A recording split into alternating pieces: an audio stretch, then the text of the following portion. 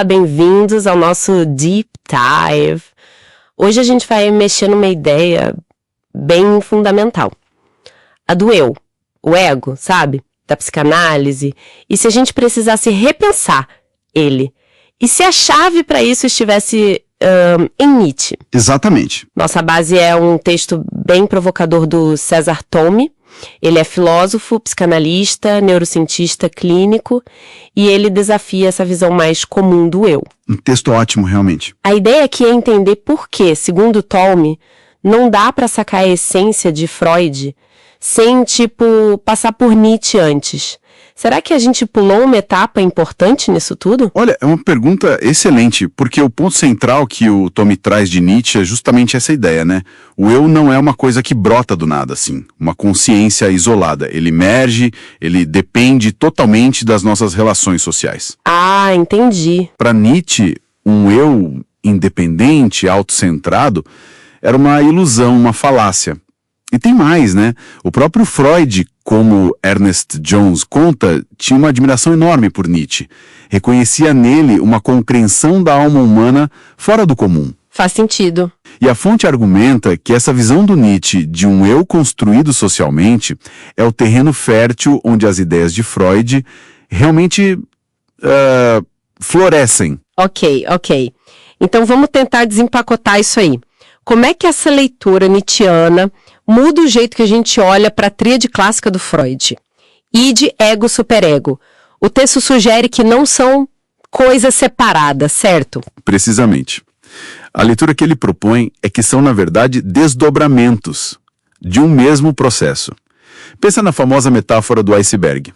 Aquela que a gente usa para ilustrar consciente, pré-consciente, inconsciente e às vezes mapeia para o ego, superego, id. Sim, clássica. Pois é, mas o que essa analogia quase sempre esquece, e aqui está o pulo do gato do autor, é o mar. O mar.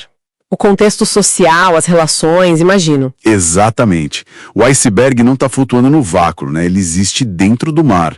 E o mar representa todo esse ambiente social, as inter-relações. E ali, no mar, não tem essa divisão tão rígida. Nessa visão, id, ego e superego são entendidos mais como um desenvolvimento, que o Tolle chama de neuropsicofisiológico, ou seja, algo que se desenvolve de forma integrada. Biologia, mente e corpo. Tudo junto. Certo. O id seria tipo a fase inicial, os impulsos brutos, não racionais. Já o superego, esse representa a internalização das normas, dos costumes, sabe? A construção de significados que a gente absorve das relações.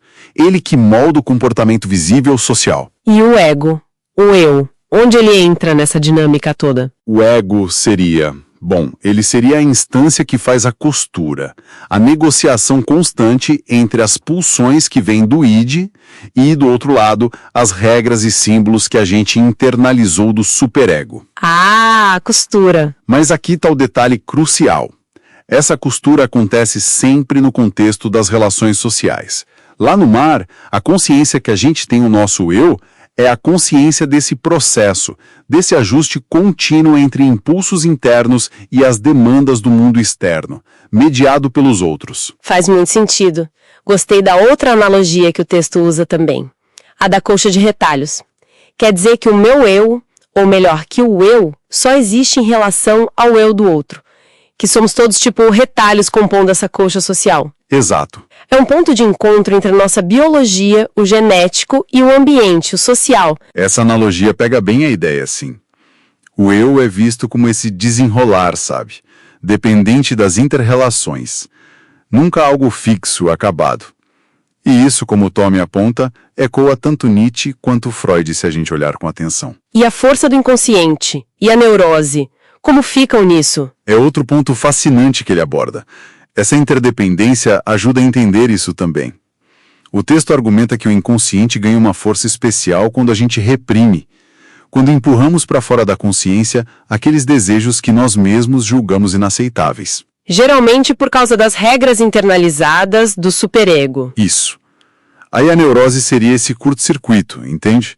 Sentir prazer ou impulso por algo que a nossa própria moral interna condena.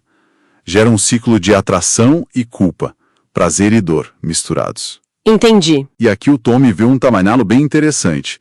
Aquela busca pela harmonia entre o dionisíaco, que é pulsional, e o apolíneo, que é a ordem, a forma, em Nietzsche.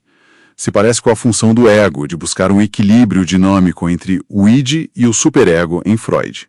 Interessante essa conexão. A saúde não seria, então, eliminar a tensão, então, mas saber lidar com ela? Gerenciá-la, exatamente. E os instintos mais básicos, fome, autopreservação, reprodução, como eles entram nessa estrutura de significados sociais? A fonte coloca eles como a base pulsional mesmo, o motor primário. Não existiria, por exemplo, um instinto para roubar, mas o instinto básico da fome. Dependendo da estrutura de significados que a pessoa construiu socialmente, e das circunstâncias, claro, pode levar ao roubo. A própria palavra instinto, vem do latim instinguere, que é impelir, espetar. É uma força que empurra. Uma força motriz. Isso. A analogia usada no texto é ótima. O instinto é o combustível do carro, dá energia para o movimento. Mas quem decide o caminho, a direção, é o condutor, que seria a nossa estrutura de significados, nosso construto social e psíquico, o nosso ego em negociação. Entendi. Por isso é tão chave, segundo o autor, entender esses impulsos básicos.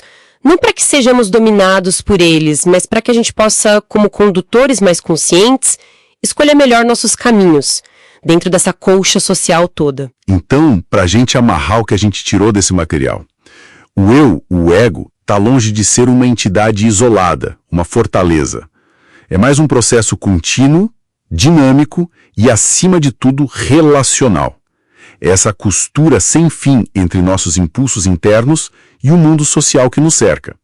E essa visão ganha uma profundidade incrível quando a gente traz a luz de Nietzsche para ela, sem dúvida. E a conclusão do autor vai nessa linha, aponta para uma necessidade de, quem sabe, revitalizar o modelo psicanalítico original, integrando ele talvez com avanços mais recentes, da neurociência, da biologia evolutiva, para a gente entender melhor não só a metáfora do iceberg, mas a complexidade da mente humana nesse contexto todo relacional. Fica então para nossa reflexão final uma provocação inspirada nessa leitura. Se o nosso eu é essa construção que está sempre em negociação com os outros, com as normas sociais, o que isso significa de verdade para ideias como autenticidade ou até responsabilidade individual? É algo para se pensar, né? Com certeza, fica a reflexão.